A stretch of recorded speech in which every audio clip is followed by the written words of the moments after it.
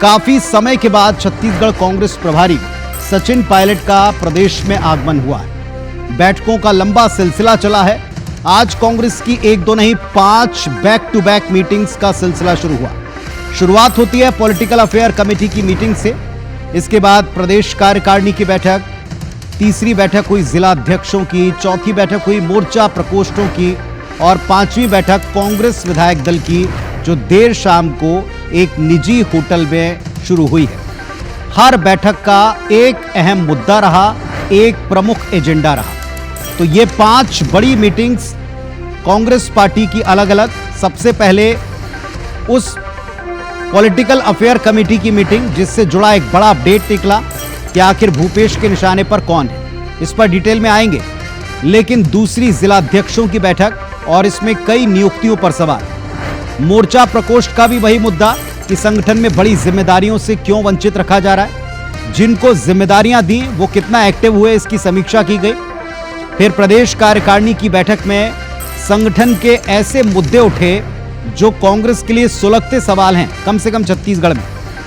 और इसके बाद फिर कांग्रेस विधायक दल की बैठक में आगामी सत्र में कैसे घेरे विपक्ष के नाते कांग्रेस के विधायक, क्योंकि विपक्ष की भूमिका सरकार को घेरने की होती है।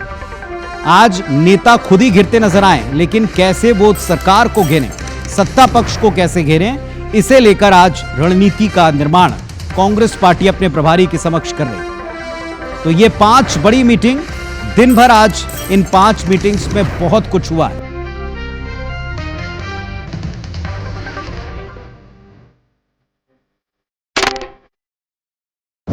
और 4 नेता 4 दिशाओं में चल रहा है, ये मैंने कई बार बयान दिए। हो सकता है इसमें भी वो अवसर तलाश रहे हो। यह बहस शुरू हुई पूर्व मुख्यमंत्री भूपेश बघेल की एक नसीहत से, जो उन्होंने अपनी ही पार्टी के सीनियर नेताओं को दी। दरअसल सोमवार को रायपुर के राजीव भवन में कांग्रेस पार्टी में एक के बाद एक मैराथन मीटिंग्स का दौर चला, जिसमें सबसे अहम रही कांग्रेस की पॉलिटिकल अफेयर कमेटी की बैठक। इसी मीटिंग में पूर्व सीएम भूपेश बघेल ने अपनी ही पार्टी के सीनियर नेता डॉक्टर चरणदास महंत से पूछा कि आखिर वो मौजूदा सरकार के मुखिया सीएम साय पर हमला बोलने से बचते क्यों हैं। नसीहत दी कि विपक्षी कांग्रेस के विधायक पूरी ताकत से खुली आवाज में सरकार को घेरें। इसके अलावा भूपेश ने पार्टी में बढ़ती अनुशासनहीनता पर भी नाराजगी प्रकट की। उदाहरण दिया कि राजनांदगांव में एक नेता ने उनके खिलाफ बयान दिया, लेकिन उस पर कोई एक्शन नहीं हुआ। ये सब कुछ कहा गया छत्तीसगढ़ कांग्रेस प्रभारी सचिन पायलट की मौजूदगी में। पूर्व सीएम के तेवर और नसीहत पर बीजेपी सांसद ने बघेल को घेरते हुए कटाक्ष किया। इस सत्ता रहते उन्होंने अपने ही कार्यकर्ताओं और वरिष्ठ नेताओं को लगातार अपमानित किया, जो अब लौटकर उन्हीं को वापस मिल रहा है। बीजेपी के कटाक्ष पर पूर्व डिप्टी सीएम ने बात संभालते हुए कहा कि बीजेपी नेता आपदा में भी अवसर ढूंढ रहे हैं। बीजेपी चाहती है कि कांग्रेसी नेता अलग अलग बयान दें। और 4 नेता 4 दिशाओं में चल रहा है, ये मैंने कई बार बयान दिए। और इसका जीता जागता प्रमाण आज भूपेश बघेल जी ने दे दिया कि किसी में कोई सामंजस्य नहीं है। हो सकता है इसमें भी वो अवसर तलाश रहे हो कि कांग्रेस में अलग अलग करने की कोशिश करो, सफलता नहीं मिलेगी। ठीक है, चलो मौके पे अवसर। कुल मिलाकर पार्टी के प्रभारी सचिन पायलट के प्रदेश आगमन पर पूरी कांग्रेस इकाई एक्टिव नजर आई। राष्ट्रीय अध्यक्ष मल्लिकार्जुन खड़गे के संभावित छत्तीसगढ़ दौरे की तैयारी, विपक्षी विधायकों की आगामी सत्र में सरकार को घेरने मुद्दों को लेकर चर्चा और संगठन में खाली पदों और जिम्मेदारियों को लेकर माथापच्ची। मीटिंग्स में दिन भर इन सभी पर बात हुई, लेकिन सबसे बड़ी चर्चा इसी बात की, क्या भूपेश बघेल अपनी पार्टी के सीनियर नेताओं से खफा हैं?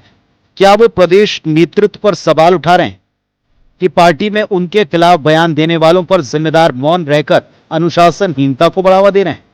सबसे बड़ा सवाल ये, क्या आगामी सत्र में भूपेश की नसीहत पर अमल होगा या फिर पार्टी के भीतर बहस और आरोप प्रत्यारोप के साथ ये बात आई गई हो जाएगी। Bureau report, IPC 24।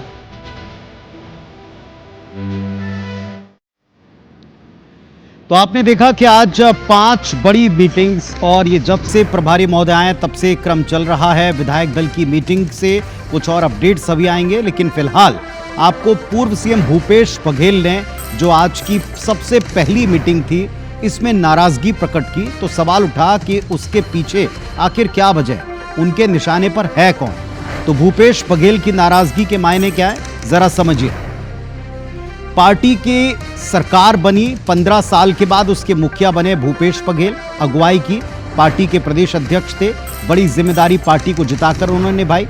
लेकिन अब वे पार्टी के सीनियर्स नेताओं को उनकी जिम्मेदारी नहीं निभाने को लेकर इशारा कर रहे हैं। नेता प्रतिपक्ष सरकार को वॉकओवर दे रहे हैं, यह गंभीर आरोप है। सरकार को न घेर पाना अक्षमता है या कुछ और है, यह भूपेश जताना भी चाहते हैं। भूपेश बघेल ने सारी बात पिन पॉइंटेड की है, नाम लेकर की है, किसकी जिम्मेदारी बताकर की।